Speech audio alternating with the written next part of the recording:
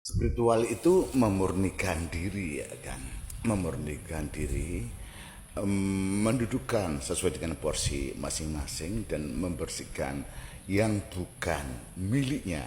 Jika berhenti di dimensi tertentu, akhirnya terlena, ya, terlengah, dan bahkan bisa terjebak kelamaan. Ya, spiritual itu mengalir apa adanya, intinya memurnikan diri, membersihkan diri semestinya yang apa, yang semestinya diri ini menuju ke kesadaran murni. Jika salah langkah mungkin terjebak di dimensi apapun, dan itu sendiri saya pernah alami, kelamaan di dimensi itu akhirnya nggak utuh menjadi manusia. Ya, manusia tetap manusia, dan manusia percaya nggak harus terlihat juga sih. Kalau dulu ada ekspektasi harus terlihat sebagai makhluk spiritual, di situ akhirnya ada ketimbangan, ketidakjelasan, karena hanya spiritual yang dipegang dan realita kehidupan.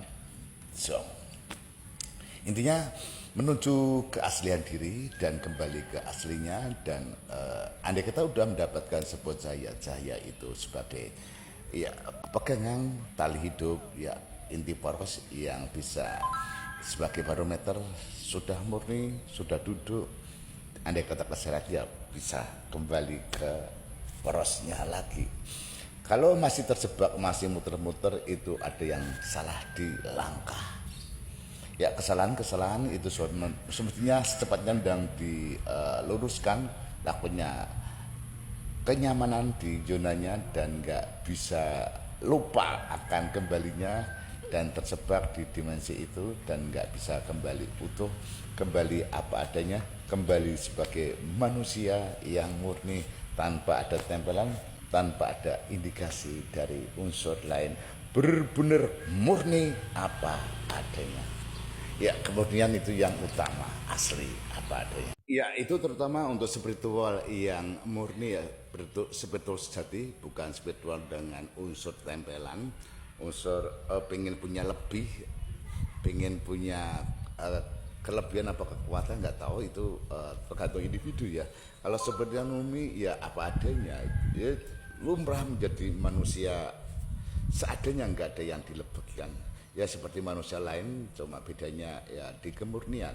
Kalau paranormal apa itu kan dia punya indikasi lebih dalam kategori indikasi di dimensi lain, tapi apa artinya itu, yang penting tetap murni apa adanya, lebih jelas, lebih tenang, nggak ada tempelan. Kalau masih ada tempelan, tetap otomatis mau nggak mau ntar tetap minta pertanggungjawabkan untuk diantarkan, bahkan untuk dimurnikan lebih rumit lagi ntar.